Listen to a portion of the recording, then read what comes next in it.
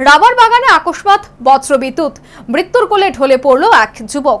বজ্রাঘাতে আহত আরো 2 শ্রমিক। ঘটনা ফটিকরায় মহকুমা লালচুরি গ্রাম পঞ্চায়েত এলাকায়। ঊনকোটি জেলার ফটিকরায় বিধানসভা কেন্দ্রের অন্তর্ভুক্ত লালচুরি গ্রাম পঞ্চায়েতের বাসিন্দা গৌতম রায় নেপাল গোপ এবং তপনশীল। নিজ গ্রামে গৌতম রায়ের রাবার বাগান রয়েছে। সেই বাগানে মঙ্গলবার সকাল 10টা থেকে নেপাল এবং তপন সহ আরো কয়েকজন শ্রমিক কাজ করছিল। শ্রমিকরা কাজ করার সময় গৌতম নিজেও বাগানে ছিল। এক নাগারে কাজ করার ফলে সবাই পরিশ্রান্ত হয়ে যাওয়ায় সবাই একটা ঝুপড়ির নিচে মাটিতে বসে কিছুটা বিশ্রাম নিচ্ছিল। সেই সময় বৃষ্টিও পড়ছিল। হঠাৎ করে জোরে বিকট শব্দ করে বজ্রপাত হয়। বজ্রাঘাতের সাথে সাথেই সবাই মাটিতে ছিটকে পড়ে গিয়ে অজ্ঞান হয়ে পড়ে। পরবর্তী সময়ে জ্ঞান ফিরে আসার পর গৌতম, নেপাল এবং তপন মাটি থেকে উঠতে পারছিল।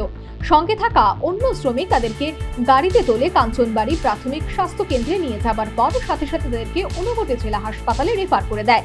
তবে গৌতম ঘটনাস্থলেই মারা যায়। এনারা হচ্ছে নেপাল গোপ আর একজন তপনশীল, দুজনকে ওয়ার্ডে ভর্তি করা হয়েছে, সার্জারি ওয়ার্ডে। আর একজন তো মারা গেছেন, গৌতম রায়। ওনাদের বাড়ি কোন জায়গায়? তিনজনের বাড়ি কাঞ্চনবাড়িতে।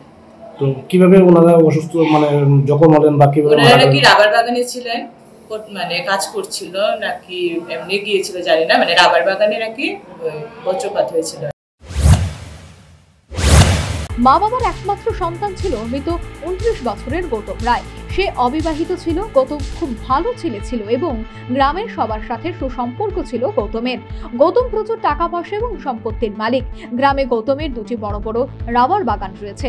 গৌতমের বাবা কেন্দ্রীয় সরকারের কর্মচারী। গৌতমের নিজের কয়েকটি গাড়িও রয়েছে। গ্রামের কেউ বিপদে পড়লে কিংবা গ্রামের কেউ অসুস্থ হলে গৌতম নিজেই গাড়ি চালিয়ে তার নিজের গাড়ি নিয়ে হাসপাতালে নিয়ে যেত।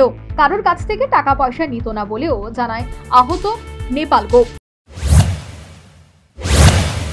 হঠাৎ বৃষ্টি পড়ছে আর আমরা ওই শেডঘর আছে, শেডঘরের মধ্যে সবাই বিশ্রাম করতাম দিয়া বৃষ্টি দেখিয়া।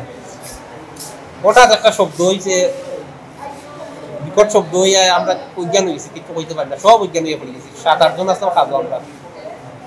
এই রাবার বাগানের মালিক কে আসলো? ওই যে ছেলেটা কাজ করে হে আসলো, আর আরো 2জন, তারা 3জনে শেয়ারে 3জন মিলে ওই জায়গাটা কিনছে, কিনিয়া কাজ করে। মানে মালিকের নাম কি? ওই যে মারা গেছে যে গৌতম রায়। এমন ছেলের মৃত্যুর খবরে গোটা গ্রামের মানুষ ঊনকোটি জেলা হাসপাতালে ভিড় জমাতে শুরু করে এবং সবাই কান্নায় ভেঙে পড়েন।